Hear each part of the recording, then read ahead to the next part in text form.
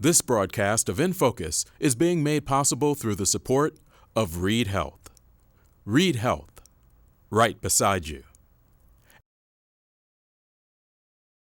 And by Cronin Toyota and Cronin Nissan, with over 70 cars inside their massive showroom so you can shop in comfort. Cronin Toyota and Cronin Nissan, 5601 National Road East.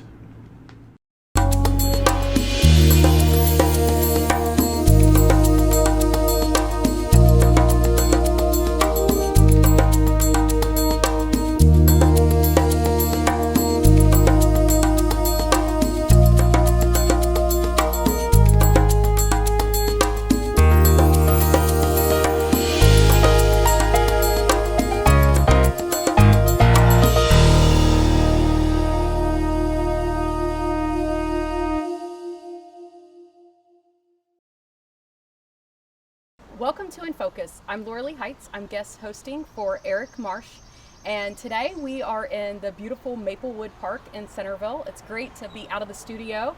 We are so lucky to have such a beautiful day. It's nice and sunny. So I want to welcome Kyle Turner. He and I are going to have a conversation about Centerville's downtown. So welcome, Kyle. Thank you very much. Glad to be here. Good. Good. So tell me a little bit about, investing in downtown, being part of Centerville. Why, tell me a little bit about yourself and your relationship to Centerville. Well, I grew up in the country, but in Center Township, so I'm a Centerville guy. And you're a lifer? I'm a lifer. Married my high school sweetheart. Nice. So and went away for a while, like most do. Went to college, came back, and had an opportunity to start a business in Centerville about 13 years ago. My insurance office, Turner Insurance, and it's great to be home, and this is where I live, and this is where we invest, and this is where, we love this town. So it's a great community. Yeah. I like it too. I lived in Centerville for a number of years. Right. So it is a great community. So let's talk a little bit about investing. So the reason why I wanted to interview and talk to you is I was so impressed with the amount of investment that you've made in Centerville. So you talked a little bit about you had the office about 13 years ago, but since then, talk to me a little bit about the properties that you bought and kind of how you've moved from there to where you are today. Well, the very first property that we purchased was the insurance office. Then we purchased our home, and we thought if we're going to work here, we're going to live here. And when we moved to town, it was just right. Sorry that I'm sweating bugs, but okay. it was just right. And that it's that sense of community that's people want to feel, and we feel it here. So, but the next thing we did is we purchased the American House, and that was a building that at one time was on the top 10 endangered historical list in the state of Indiana. And it was the building right next door, and I wanted the parking lot for my clients, and we ended up buying the whole darn building. And then my wife and I kind of fell in love with the building and saw it was just about gone. And so it was kind of a sense of pride to bring it back a little bit. And wow. it's the middle of town. It's one of the very first things you see when you come into our town, and we want our town to be beautiful. And we took on that, and it's just kind of, blossomed since then. It's like trying to find maybe properties that have not been taken care of as well and bring them back, at least to respectable condition. Yeah. So now you took an opportunity and you purchased the bank that was on the corner there in Centerville. And then I heard that you said, you know what, let's get into the beer and restaurant business. So tell me a little bit about that. Honestly, that came back from a situation where I had a client who homebrewed, and which is kind of a new phenomenon, but he's very talented. His name's Scott Laster. And we started a conversation, and it led to us deciding to open up a brewery. And for me, I think a brewery comes back to quality of place, and we'll probably talk about that a little bit. Yeah, we are. Centerville needs reasons for people to gather, and a brewery is one of those things that is something that brings people in from the outside.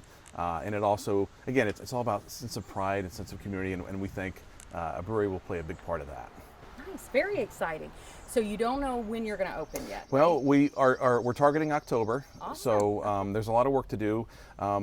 The brewery's had many iterations, but what we ended up finally doing was purchasing the former Ugly Mugs building, which was the original Jags building in town. So it has the iconic bar and things of that nature. And so you're going to keep the bar, right? We're not touching the bar. There Bar we is go. like really cool, right? It is a beautiful bar. So that will have a really nice restaurant, all fresh food, all fresh made. But restaurant, brewery, that will be, so technically that's the tap house. We'll be brewing the beer in another property, the back of the old American house. So October. It just takes a lot to get to that point, to get to that part. Very exciting. So one of the other things I wanted to talk to you about is really about the commitment into investing in downtown. So it's not just about I live here, but you're making a significant investment. So just in that few minute conversation, you have at least 4 or 5 buildings. And that to me is a significant investment into Centerville. And so some people may be sitting back thinking, why are you investing? The Amazon's here and nobody's shopping. So I think you and I are very like-minded in the importance of downtown. So let's talk about why are you so connected? Why does this mean so much to you? Your sense of community is always centered in your downtown. So if you go back 50 years, 100 years, downtown is where you built your sense of community, because that's where you had all your commodities. That's where you shop for groceries. That's where you shop for clothing. That's where you went to the hardware store. Times have changed, but your downtown can still be where all that sense of community radiates from. So, but we have to make that look a little different. So I think that downtowns are now going to be more of a place to bring people together for entertainment. So we're talking restaurants, we're talking ice cream stores, a coffee shop, maybe a niche store. We've got some beautiful antique shops here in town that you can't find in a Walmart or an Amazon. So there are opportunities here, but we have to make our downtown a place that builds that sense of community and is a place for people to gather.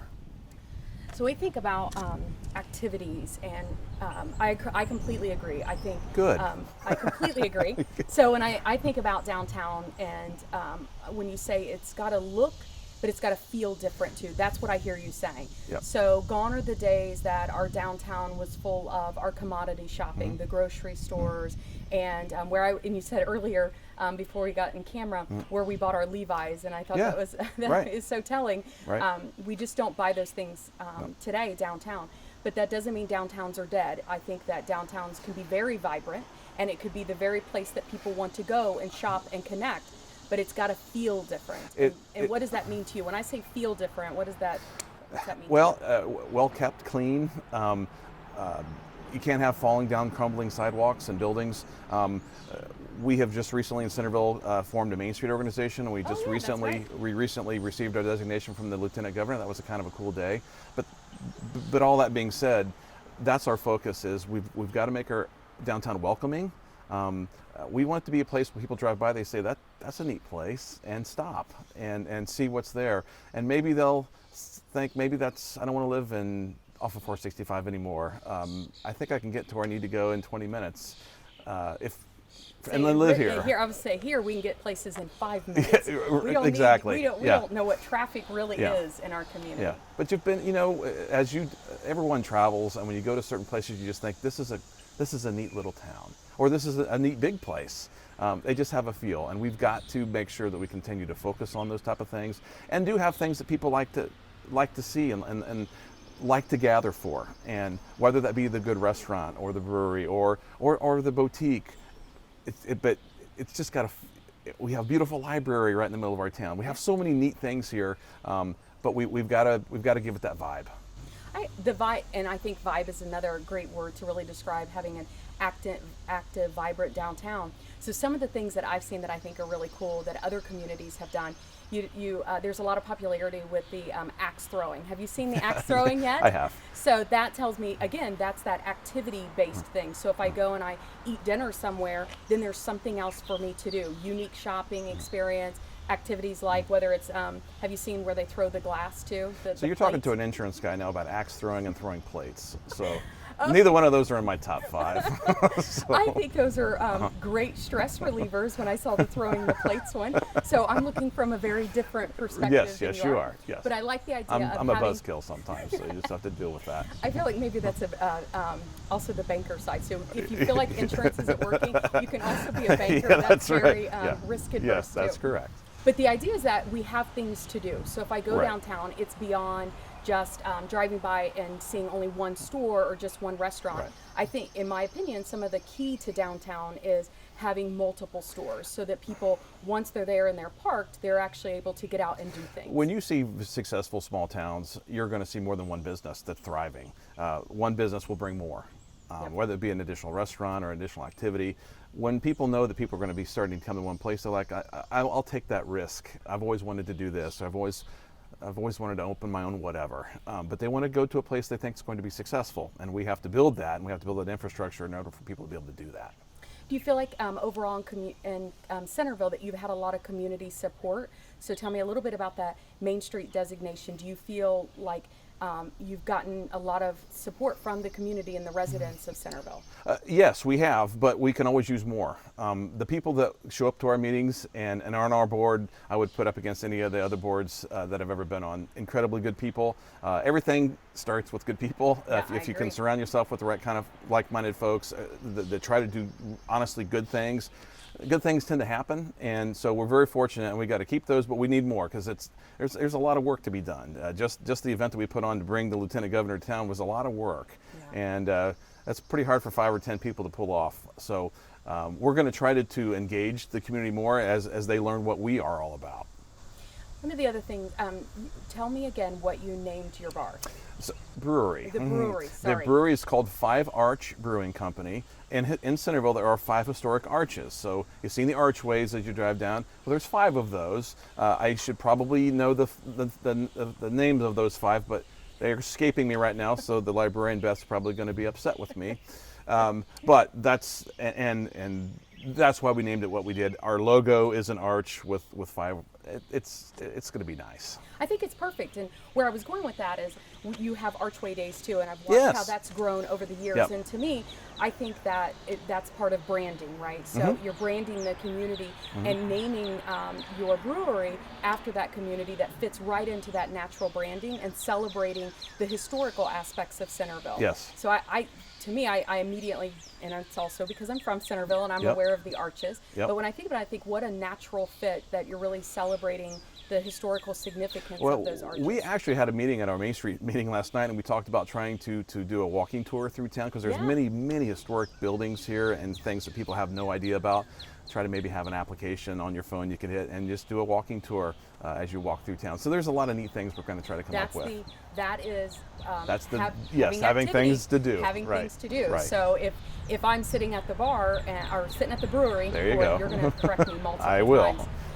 If I'm sitting at the brewery and you can tell me about that, if I'm an out-of-towner, because let's be honest, we're very close to 70, having signage to bring people down here. So I'm new to town and having a nice meal there. What a great opportunity to tell me about this walking tour that I can then walk off the food that I just ate. Right. So that is, to me, the key to successful downtowns. I think it's very powerful. So what else do you have going on? I think there were some other buildings that you've bought. So what else do you have going on? Oh gosh, well, when you buy an old building, you just keep fixing them up, right? So we fix a lot of stuff, but I'm not. We have a lot of friends that help us, so I'm more of the fetcher and the pointer when it comes to those type of things. So, but with our Main Street organization, with the town of Centerville has been very supportive for us as well. We've got a lot of great people at the town. Our park, as you can see, is lovely, and there's been a lot of work that's gone into that the last few years. So we have a community fest that we have, so we try to have bands come in a couple, 2-3 times a year with food trucks, beer gardens, and things of that nature, which is open to the public and free. Not the food or the beverages, but the music is. I feel like you were trying to recruit me by saying that there was free beer available at the beer garden, but not yet. so much. Yes, okay, all right. So I was also thinking about, from a viewer's perspective, if I'm sitting here and I'm watching this saying, you know what, I'm really excited about Centerville. What are some ways that they can get either involved or look at some property or consider opening a business? Can you tell, if I'm a viewer, what are ways that I can get engaged? Well, one of the first things that you could do is you could go to our Main Street Centerville page. So I believe it's mainstreetcenterville.org. And check out and send us a message. Honestly, you could always call me, check in with the library. We're actually trying to work with some realtors. We literally just had this conversation last night. Is, hey, how do we start getting this message out of what we're getting, and how do we attract businesses and how do we attract people? So we're kind of working on some of that stuff right now, to be honest with you. What kind of, when you think about what do you, the right fit businesses, what do you think some of the ideal businesses for your downtown would be? Well, we always hear that it would be nice to have a coffee shop or a breakfast place or an ice cream store. It would be neat to have a locally sourced market. Again, it's got to be a niche type of a place. So those are the kind of the big things that we have discussed trying to recruit. Chocolatier or something of that nature. Nice, very exciting. I did see another. No axe throwing, by the way. No axe throwing, and I feel like you have shot that idea down for. Have you seen the video of the axe getting thrown and bouncing off the floor and bouncing and going over the lady's head? See, that scared me. This. Yeah. I only saw how great it would be to vent frustration. It's a stress reliever if it works right. There we go. Yeah. Very cool. So I did see some another business just recently. Is there another restaurant maybe opening up in downtown? I thought I saw a sign, Pauline's maybe. Is there some other things that are happening? I'm not sure what the timetable is for that restaurant to be open, quite honestly. I know Mr. Emmerich, who owns that property, has been working on that, and that's an ongoing process. Fantastic. So what is that partnership? Let's talk a little bit about just your proximity to 70 and that partnership to the Warm Glow. Do you know, it's a big pull for Centerville. Yep, absolutely. They have a lot of signage out there, and I think it's such a great connection point to be able to come right down Centerville Road. So well, what's let me that tell relationship look like? Absolutely. I mean, Jackie Carberry is a gift to Centerville, and she serves on many of the same boards that we do. She is as pro Centerville as you can get. So we're constantly trying to figure out ways to tie ourselves together to bring people into our downtown area from because she does such a great job of pulling people off of the interstate, has such a great product, great service. So that's an ongoing conversation, but she is 100% pro whatever we can come up with to bring people downtown. She's awesome. Fantastic. All right, so in our closing comments, I just want to ask, if somebody's out there and they're thinking about, maybe it's time for me to come back out to Centerville and kind of check out their downtown, what are some things that you would encourage them to see or do? I would encourage them to simply walk around and take a look at the community. We have a lovely community. The people here are good. Take a look at some of these beautiful old historic homes that are on. You won't see these row houses in many towns that are as well kept as what we have. People living there. They're gorgeous homes. Go to the library, check out the library, check out the schools. We have one of the best school systems around. Do your research and ask around, and you'll find a lot of good people here. I thought you were going to recommend Americana Pizza. They are also great people. Very good. Yes. They are great people, and the pizza's fantastic. Yes. Was a Friday night. Every single Friday, Americana Pizza for probably 6 years when we lived just south of Centerville. Yeah, that's right. So that's my personal favorite, and I'm looking forward to when your brewery opens, and I hope everybody comes out and checks it out. All right, we appreciate it, and thanks for having us on today. Thank you. So this is Lauralee Heights with In Focus, and again, we're in Maplewood Park in Centerville, and we'll see you right back.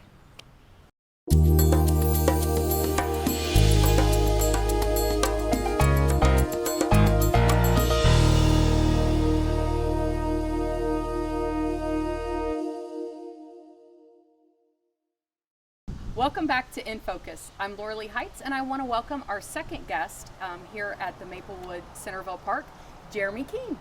Hi, welcome. How are you? Great. So Jeremy, tell me a little bit about your history in Centerville. I think you're a Centerville native, right? Did you graduate from Centerville? I did. All right. So tell me a little bit about your history of living here. Well, we moved here when I was in 4th grade, I believe, and been in the community, stayed in the school system the whole time. And then when we opened my first business was actually a disc jockey business back when I was 13. And your first business was a disc jockey business? So you started investing in Centerville how many years ago? 13.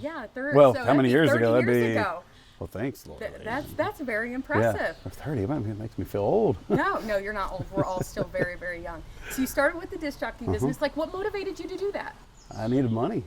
I was 13. I was starting to go out with my friends and do things and get about, and it takes money to do that. So I thought, well, I like music and thought a DJ business would work out well. That's fantastic. Yeah. So I visualize you right now roaming around, like having your little, was it turntables?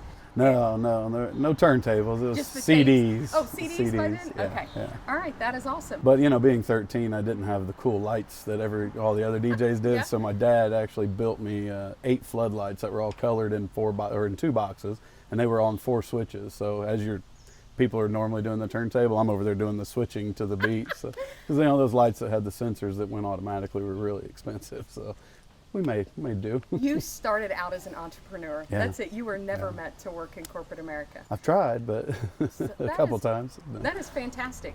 So tell me a little bit. I know you had moved away and you've come back, and since you've been back, you've really, I think, focused on opening some business and really supporting our local community. Mm-hmm. So I know you have Suds Fundraising. Tell me a little bit about what encouraged you to open up Suds. Well, and what is Suds? What do they do? Suds, we work with non-for-profit schools mainly, travel teams and other organizations that are in need of funding for any of the different causes that they have. So we offer products that everyday people use. I see what you mean about the bugs now. To schools and them to be able to make the money they need. So we sell laundry detergent and 5-gallon buckets and several other household products. So of all the businesses that you could have picked, this is no DJ business. Like, No. what motivated you to say, you know what, I think Suds is Sud Fundraising and really working with travel teams and schools and others to help give them the funding they need to do the programs they want to do. What motivated you to open up a business like that? Well, I was coaching my son's travel baseball team, let's see, 9 years ago. And, we were getting introduced to several different fundraisers, and most of them, sell tickets, sell raffle tickets, sell, donuts, sell whatever you can. And I remember the last time we did a rolls and butter fundraiser, and I'm like, there has to be a better way than this. And I ran into a softball coach friend / colleague of mine, I guess you should say, and he said, have you ever tried that laundry detergent fundraiser? And I'm like, what? We've really hit the apex of crazy ideas now. I mean, I thought rolls and butter was nuts, but laundry detergent, really? He said, man, it went great for us. We made like $6,000 for our team. And I'm like, that's like our whole year's budget. That's awesome. So he gave me the information of a company that was doing it. We did it and was fairly successful at it. And then the entrepreneur kicked in me. I'm like, how can we help other teams and coaches like me that are going through the same thing? And we ended up, figuring it out and putting a company together, and here we are 7 years later. That's fantastic.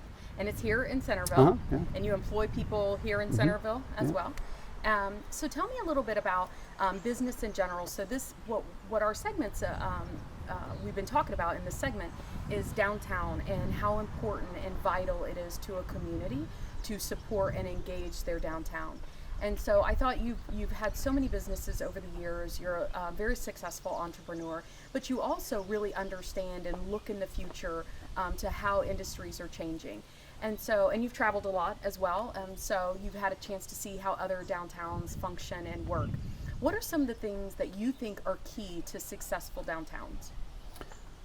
Getting the whole community involved, I think, is one of the big keys. And I know it's difficult, all this, just sheer numbers of.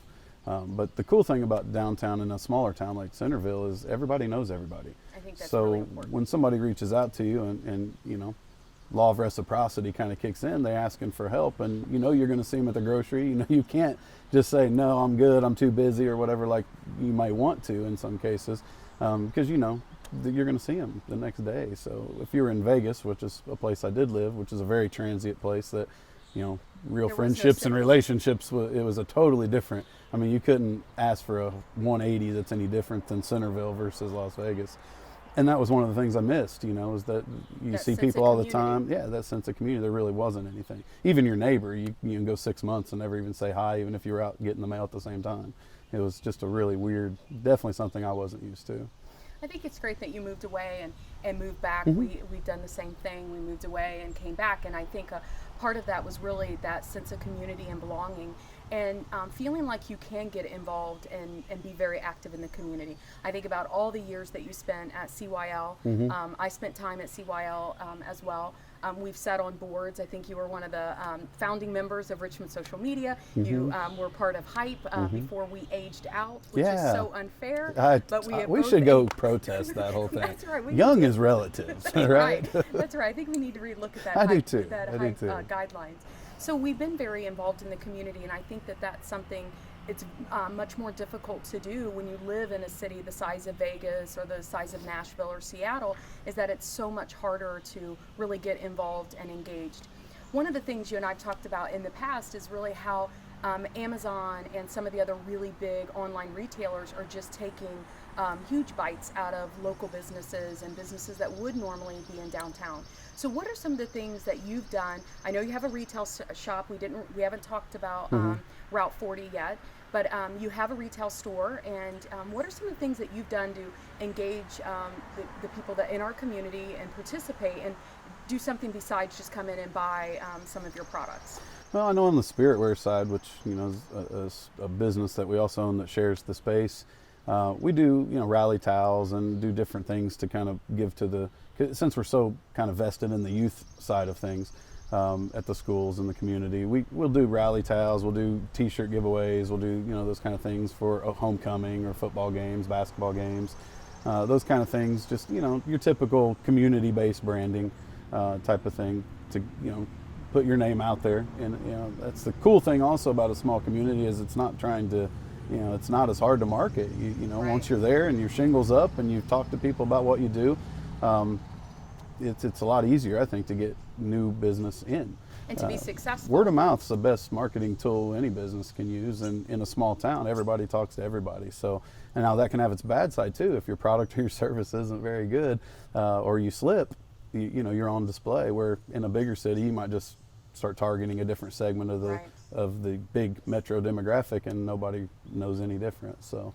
One of the things I thought that you did, I thought was unique and different, and things that you can't get other places, in a way to engage the community and be downtown. You had some workshops, if I remember right. Yeah. So you invited some workshops to really talk about some of the health.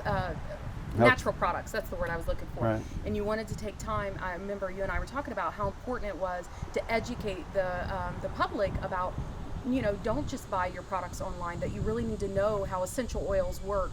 How do they work in your body? So do you feel like your workshops were successful about, again, really engaging the community? Yeah, absolutely. And I'll even take it back, a couple steps back into another business that I've owned in the community, which is in digital marketing and branding and all that. And we did a lot of workshops then.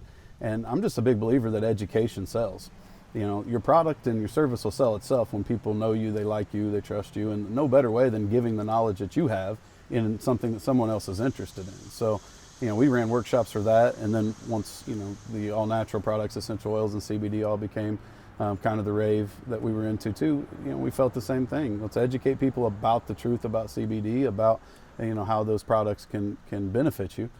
Because, there's so much marketing out there from the big corporate America and the health industry, jamming prescriptions down your throat, and the doctors where you go when you don't feel well. And there's a whole other, whole other side to it that we wanted to use what we could use to get out there.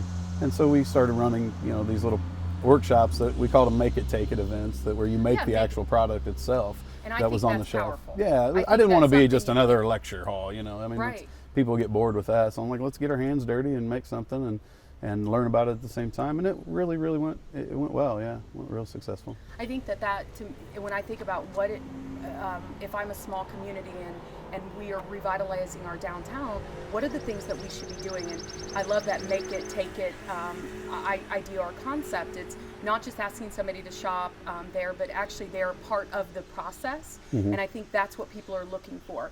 If I'm looking for a commodity product, I can easily go to Amazon, or I can easily go somewhere else, but I won't learn about the product, and I won't be able to make or be involved in that process. Yeah. And I think that's about creating an experience. Exactly. It's not, like you said, you can get on Amazon or Walmart, and you're likely to find it cheaper, potentially. I think it's too easy for businesses to get locked up into price wars, and you're not going to beat Walmart. So you might as well just go a different route. And we learned that really early, that price matters when there's a lack of value. And if you create good value, create a good experience that people want to talk about, that's what starts the word of mouth. And then you just, you kind of jump on that bandwagon with the word of mouth and just continue to create more value and more unique opportunities for them. I think one of the other things you said about education, and people need that education. And my previous guest was Kyle, and we were talking about things to do in downtown Centerville, and I think education is really key.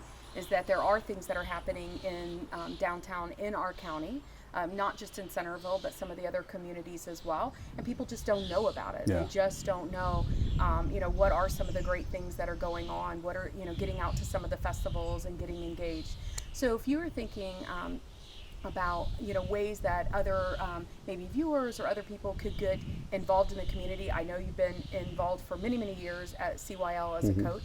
What are some things that you think are great ways for people to get involved in the community? Just volunteer. Just get out there and say, I'm here. Where am I needed? And you'll very soon find there's lots of different places that need help. I just feel like any business owner especially ought to have a certain part of their week dedicated to giving back. It's just, I truly believe in that law of reciprocity. And, I've been given a lot of opportunities in my life to get to the point where I'm at. And I think it's important to, that's why I try to stay as involved, at least on a board or two at any given time. Like you said, we got kicked out of the one, so I had to go find another one. So now I'm on right. serving on the Junior Achievement Board. And we have aged out of hype, so now we need to find something else before we get to Rotary. So there's got to be some kind of in between right there. And truly do it because you want to. I mean, there's nothing sells like authenticity. So I think it's about being, something that is passionate. Absolutely. That you're passionate about. So when I think about CYL, my daughter was playing. I wanted to be involved, and I still coached even after she didn't play. It was the idea. It was a sport that I was particularly passionate about, and I know you've been in baseball basically your entire life, and it was something kind of my thing. Yeah, it was like your project to be able to give back in a really meaningful way. And I also think about Richmond social media. When you very first started that so many years ago, it was about a passion for helping small business owners know and get educated on social media. And really, it wasn't what it is today. Social media was totally different back then. But, when I think of the longevity of your career, and as long as I've known you, it really does go back to education. I'm going to teach people how to play baseball. I want to teach them how to better, hit the ball. I'm going to teach people about social media, things that they didn't know before. I'm going to teach people about how to better fundraise and be more effective. And I think that when I think about downtown, we want to, educate people on why it's important to still shop downtown. What are the things that are going on? I think that's very powerful. Yeah, if you're not growing, you're dying. So, education's the thing that'll keep you growing. So. I think that's fantastic. So tell me, what else do you have going on with some of your other businesses and adventures that you've been on? Well, my wife just opened up a women's boutique store in the same space that we have Route 40 and Spiritwear. So we're kind of learning to juggle the trifecta of literally completely different businesses. But they all actually have a fundraising tie to them because Suds is, kind of our foundation, so to speak. And so we've tied in a fundraising type of part to every one of those businesses, since that's really what we really believe in is, and that's our way of giving back too. And that's a retail store that's going to be local and really look for local shoppers and having that. It's been an adventure. Experience. That's my first real shot at retail, the true retail where you are competing against several other, retailers out there. But, the small town approach, I think, has really helped us, because, again, back to that, somebody gets a shirt or somebody does something, they enjoy the quality of it and they like what's on it, they wear it, they show it, they say, yeah, I got that down here. You're not going to get that as much in bigger cities. Most places there will say, yeah, I got it on this website, or even if it is a little local thing, it's much more expensive in bigger towns too, to where, you're selling the same shirt for the same price I am. Well, my overhead's not near as high as yours. So, I think it gives small towns even more of a reason to put up a local brick and mortar shop and not just be complete. And me, I'm very, very much digital first, and then, I'm starting to retrain my brain a little bit in that respect, because there is a lot of value to doing things kind of the old school way without taking the newest, latest, brightest, blinking gadget that's online, At the end of the day, it comes down to relationships and who who you're connecting with in a very meaningful way. So if there was a viewer out there that's watching and is thinking about, should I be investing in Wayne County? Should I be investing in our community? What would you say to them about your experience and why you think it's important to invest locally? Well, I've done both, and hands down, any business owner, you're ultimately looking for return on investment. And when you start looking at the numbers, what you can get out of it, this is kind of a selfish way of looking at it, but what you can get out of it, the numbers just make more sense in a small town. And, when you're hiring people, it's my own opinion. I have no facts, no stats to back this up, but I feel like you get a better employee. Somebody that's from here that kind of shares the same sort of thing. You're not having to, in a lot of cases, you don't even have to pay them. They'll volunteer to go volunteer and represent your company because they're proud of it too. I didn't find much of that, outside of this type of area. Yeah, Las Vegas, it was totally different in that respect. It was, there was not a whole lot of community pride. No, I would say I think that's another big difference in living in a local community and being active is that you do feel like you can make a difference. Yeah. You feel that people are proud of where they live and that they want to make a difference. They want to do better things. And in a bigger city, you just often don't have that. So I want to take a moment to thank you for your time and coming out and enjoying this beautiful weather with me. Yeah, how'd you plan this? I did this just for you. I wanted to make sure it was an absolute beautiful day and have a great conversation about why it's important to shop downtown and that there's great things happening here in Centerville. Yeah, absolutely. Thank you. Thank you.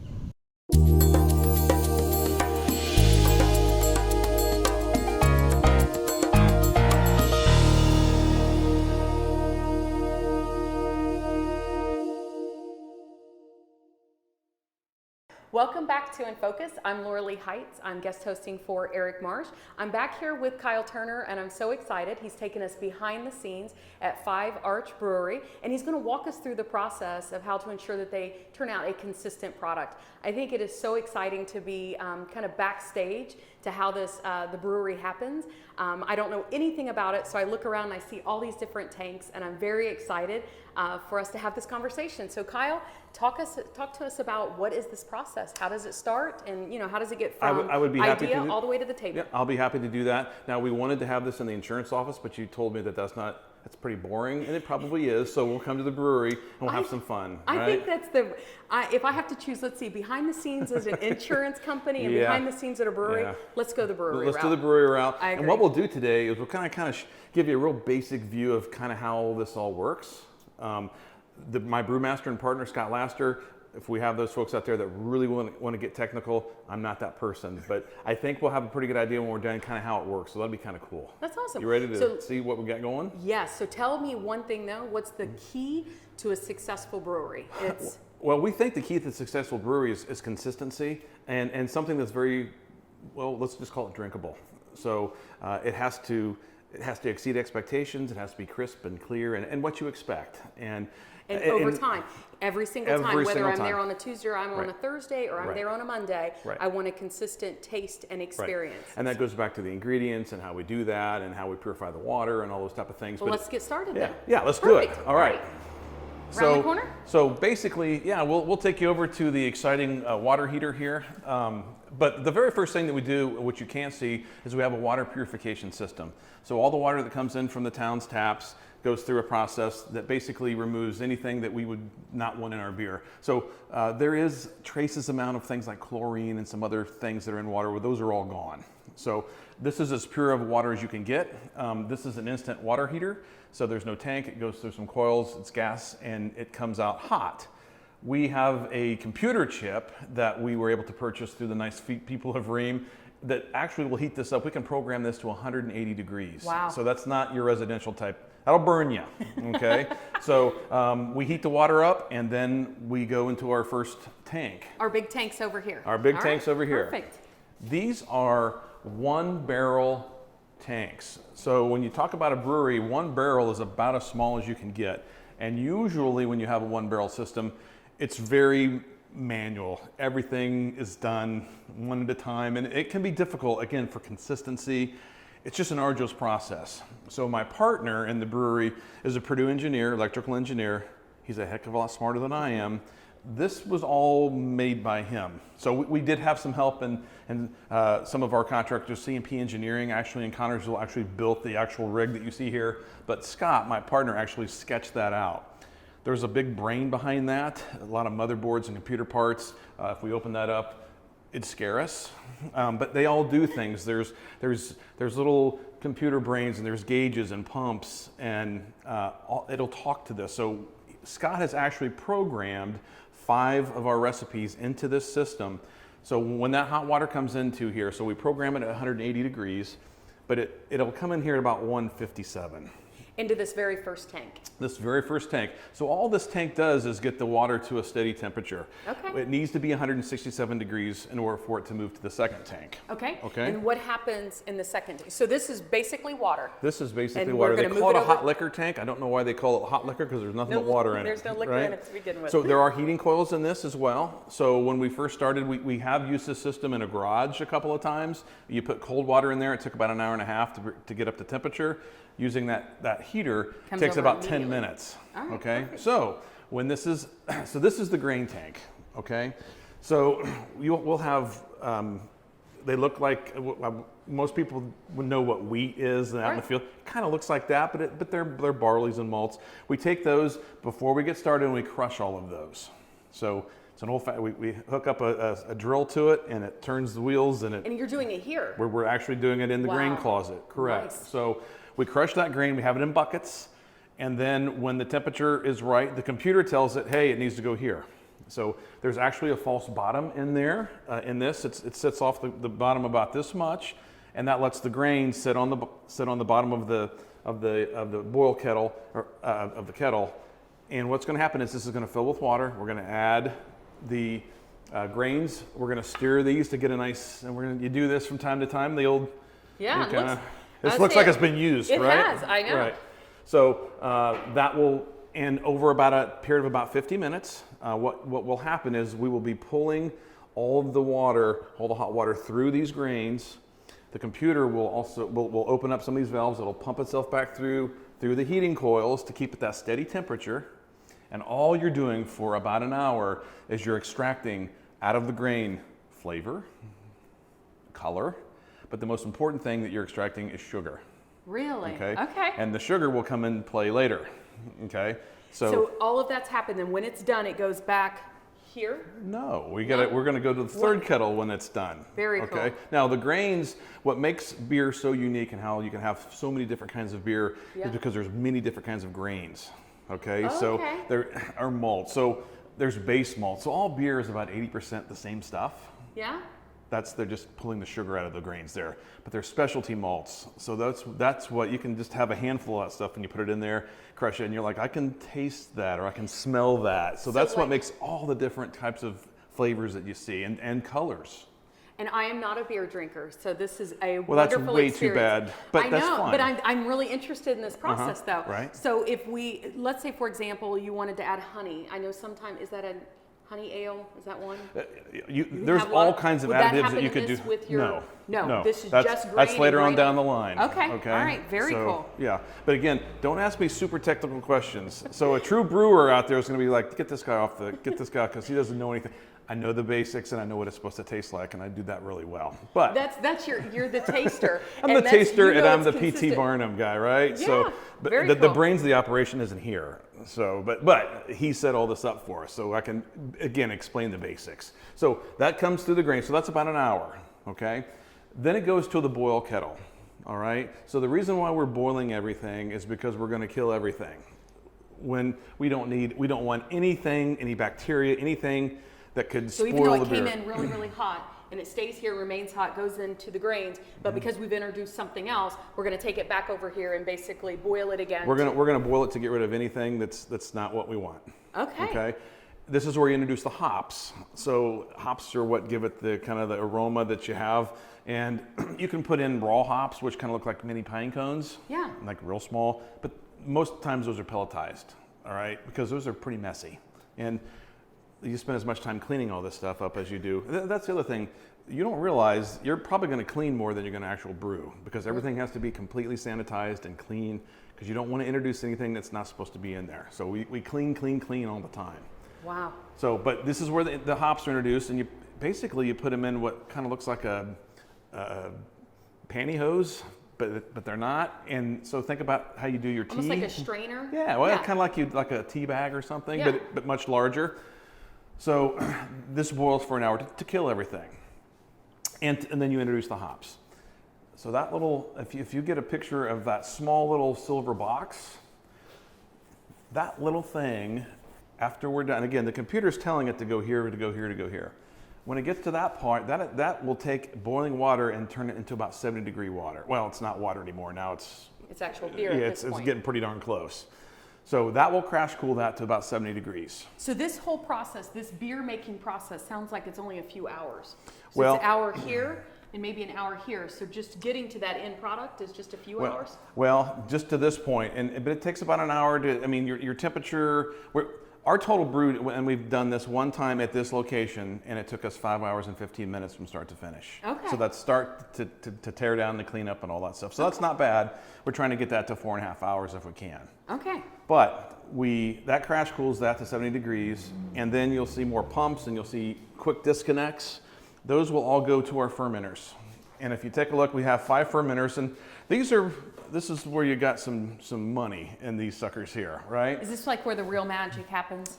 It really does. I mean, when you take that, because to me, and not being a beer drinker, but to me, it's like that's kind of the raw product, but then it actually starts to really all come together. It starts to really turn into beer right here. Okay. So, but keep in mind, we've extracted the sugar, we've extracted a lot of the flavor. With the hops, we have what we're looking for when we're done here.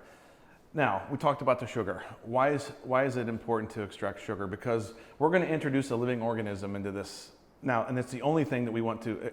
We're crash cooling that, and we're getting it into this sanitized vessel as quickly as possible, so that the only thing that's in there is what we've just made. There's no bacteria. There's nothing. It's just the liquid, right? Then we're going to introduce yeast. Okay. Yeah. Now, there's as many different kind of yeast as there are hops, and as there are barley and malt. So that's why you get so many flavors. So the yeast gets in here, and as it grows and eats and feeds, it feeds on sugar. Okay, right? Very cool. So the byproduct of its eating is alcohol. So it's... I did not know that. Yeah, so... I am learning so much in this little tour. Yeah. This is fantastic. And it will also, there'll also be some gases that are released, and that's what this little tube here is for. And this little pail of water will start bubbling as the yeast is really doing its thing, right? And bubble, bubble, bubble, bubble. How long is it over here in this process? It's here for 2 weeks, and it's really doing its thing for about a week. Really? And so all of these fermenters are glycol chilled. So you'll see that there's a temperature gauge on the front. They each have their own little brains on top. And there's a glycol machine over there. So glycol, think of it like antifreeze in a car. Okay, we're going to cool it to a certain amount, but it'll never freeze. It'll keep all these things the temperature that we want. So again, that consistency, we want this to ferment at a certain temperature. Certain beers need certain temperatures to do what they do best. A Pilsner ferments at like 42 degrees. Most ales ferment around 68 to 70 degrees. Okay. But we can keep it consistent with the way this is programmed and Designed. works. Yeah, it's exactly what it does. So start to finish at this point. So if that takes a full day, we'll call it a day, and then it's over here for 2 weeks or up to 2 weeks, and then at that point it's then immediately shipped over to the restaurant. In theory, yes. We've got one more part that we have to do. So after this does what it does, so it's this is the one that we actually brewed over the 4th of July. So this is the maiden voyage of 5 Arch. Now we can't legally sell it, and we can't. So, but we're just honing our craft. So this is really homebrew. So what's so cool? And I've told my friends, there's never been a better time to know me, because I don't have beer that I can't sell, right? So just come over, and we'll give you some. You're making all kinds of new friends. Yeah, Kyle. people that maybe on the fence. That's right. They're like hanging out now. Yep. You know how that works. They have taken that step like, Yeah, oh, he's a great they've guy. taken the leap because they like free stuff. Yeah. So this will sit here. So there is a 1 barrel of beer in here. Okay. So if you're familiar with what a traditional keg is, that's a half a barrel. So we make 2 kegs at a time, or a sextal, which is what most restaurants and breweries go to now. It kind of looks like a scuba tank. We can make 7 of those at one time, because we fill it up a little bit more than we should. So you should make 2 kegs or 6 sextals, but we can make 7. Okay? So sits here for 2 weeks, does its thing.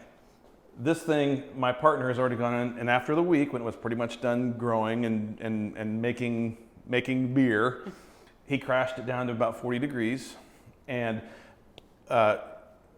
this stuff can die if it gets too hot. But it can't, if it gets too cold, it just kind of goes dormant, and it all settles to the bottom of this tank. All right? So the reason why it's cone shaped is so that everything will settle where we want it to. right? And we've got little spigots here that we can actually take some test things, but all of the nasty stuff will filter on the bottom.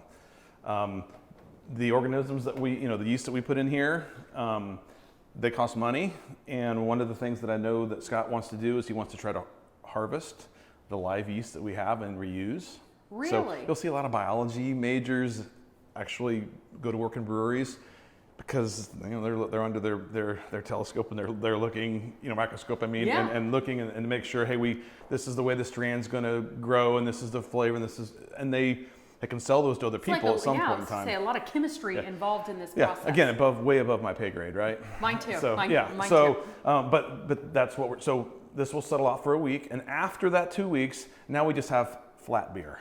So it's not carbonated, so there's no bubbles. No foam at the top. Right. So that used to take, when we used to homebrew, that would take a couple of weeks for that to happen. This is a lot of work for a drink if you're doing it at home. It really is. You must really like beer to be able to sit and wait. Well, there's fringe benefits to making the beer because you usually have beer that you don't have to pay for if you're here. That's right. That's kind of the cool thing about it. And it's close to my house too, so that's neat. This is working It's out really for you. cool. Yeah, it's been nice. That's why they get cheap rent here too, by the way. There you go. Yeah. But we have what's called a carbonation stone. So it kind of looks like your finger, and you plug it in. And have you ever seen a fish tank that has the treasure chest that opens with the bubbles? Yeah. So all it's doing, Automatic. it's in the middle of the beer. And the beer will absorb that, and now you've got a finished product. So now we can take this and we can keg it. Okay. Nice. And where will you store it? So can it remain in that keg for how long, or where do you store it? Okay, we're not pasteurizing any of our beer, so we must keep it cold. Okay, the entire time. The entire time. So we've built a walk-in cooler here that can probably, we haven't stepped it off yet, but it's large enough that we can probably keep about 60 to 80 kegs in there. But the restaurant tap room, which was the Ugly Mugs, which was the original Jags, has 2 huge walk-in coolers. Oh, nice. So we're fine with space, we think. But this will immediately go into a cooler and be kept cold. If you keep the beer cold, it can be a little green if you drink it immediately, so it does need to age just a little bit, but not much. Some people wouldn't know the difference. You said you're going to have 5 different flavors. Is that why you have multiple? Do you just put this flavor will be in here and this flavor will be over here? When the restaurant opens, you'll see a real strong theme of 5. We're 5 everything. It makes sense with 5 right? arch. So I get it. I'm a kind of a marketing guy. Not that that's like overly difficult to figure out, but I'm connecting the dots. 5. We had 5, but that also fit our budget at the time. So like, man, these are expensive, so we're gonna just get 5. So when we open, due to capacity, we think we know that we'll only be serving 5 beers. However, that will eventually grow to 10. We really think that we can do 10 on a consistent basis. We're gonna have 5, what we're gonna call our main, what hopefully we'll be known for. It's like, hey man, they make a great this, and this. And we'll logo those up and have names for them and all that kind of stuff. But then we'll have what we call one-offs, where it's like, hey, for the summer, we're gonna have, in the fall, we're gonna have a pumpkin, whatever, and then in the spring, we're gonna do a shandy. And so we'll probably have, so we think we have 10, but there's 12 taps over there. So we have the ability to do 12, but when we open, I can guarantee you we're gonna have 5, and then it'll get to 10. Fantastic. Yeah. Wow, so after this process, you keg it, you place it into your cooler. Mm-hmm. And you would ask a question about the time, how long? That can stay for a good long time. I just think today people like this idea that it's not sitting in a warehouse for long periods of time and it's dated. I think people like this idea that it's really very, very fresh, whether it's my vegetables or something else. They like to know that it's, there's not this big long transit time. Well, I'll tell you that one of the things that we must do, and we will do, when the kegs, there's a little collar that goes over them, and you must check, first of all, what it is, right? And when it was made, the month, year, and so That'd be fantastic. All right, so it sounds to me like We've walked through the process. We're just a few months out. You're going to be opening in October. Yep. So we're going to ask the viewers to come out and support you. You're going to have a big grand opening in October. And now we know what the process looks like. Yep. Thank you, Kyle, so much for walking us through this. This has been so interesting. I've had a great time today. Well, again, if there's any true brewers out there, you know that I'm a real rookie at this. So if you want the technical stuff, you'll get to meet Scott one of these I think days. if they want the technical stuff, they should come in October, have the beer, and have a There great you go. conversation. Well, I can tell you about what, it's going to be, and we talked a little bit about, it's very drinkable, so you're going to like it. All right, thank you very much. All right, thank you. Thank you to Kyle for walking us through, and thank you for joining us for this episode of In Focus. Thanks to Lauralee Heights and her guests for being on this week's In Focus. We appreciate them. Lauralee will be back with you again next week. Remember, if your not-for-profit organization has an event that you want the community to know about, send it to us at least 2 weeks ahead of time to wctv@iue.edu. We'll be very happy to get it on the community calendar for you. There is no charge for that service. Mark on your calendar Cope Environmental Center's weekly Playgroup. It happens Fridays at 10 a.m. You can go to copeenvironmental.org if you want some information on that. Don't forget, through August 2nd, there are free summer meals available. This is being put together by Richmond Community Schools. It's been going on since June 3rd. Different place every day. Glen Miller Park is the main place that happens between 10:30 and 11:30, but then in the afternoon, there are also some other locations. You can check out the Richmond Community Schools website if you want information on that. The Richmond Farmers Market continues every Saturday from 8 till noon in Jack Elstro Park. And don't forget the Tuesday evening Farmers Market that takes place 4 to 7 on Tuesdays. That's through September. This Saturday is another e-waste recycling day.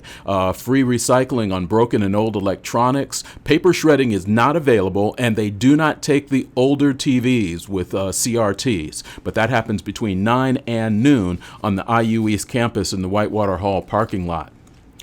Centerville Community Fest is happening this Saturday starting at 10 a.m., featuring a community market, a beer garden, and a free concert in the park. Starts at 10 o'clock. Birth to Five's Arts Festival is taking place on this Saturday. That's from 1:30 to 3:30 at Earlham College. That'll help out the folks at Birth to Five. If you haven't had a chance to check out the Nettle Creek Players, this is their final weekend under the tent in Hagerstown on the 27th at 11 a.m. Rumpelstiltskin. Also on the 27th at 7 p.m. Joseph in the amazing Technicolor Dreamcoat. And then on Sunday, the 28th at 5 p.m., Gershwin and Friends. Definitely check that out.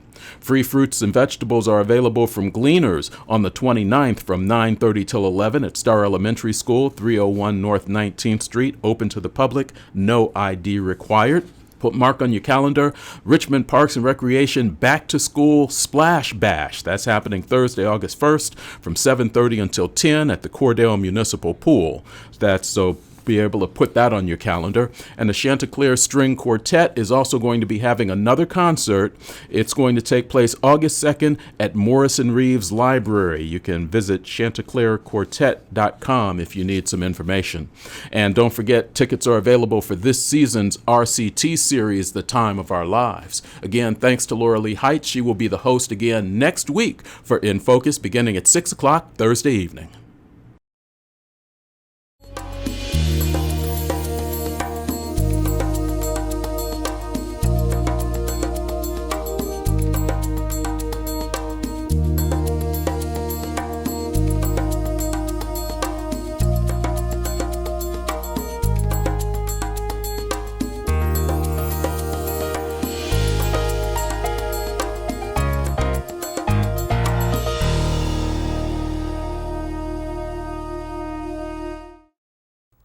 This broadcast of In Focus is being made possible through the support of Reed Health. Reed Health, right beside you. And by Cronin Toyota and Cronin Nissan, with over 70 cars inside their massive showroom so you can shop in comfort. Cronin Toyota and Cronin Nissan, 5601 National Road East.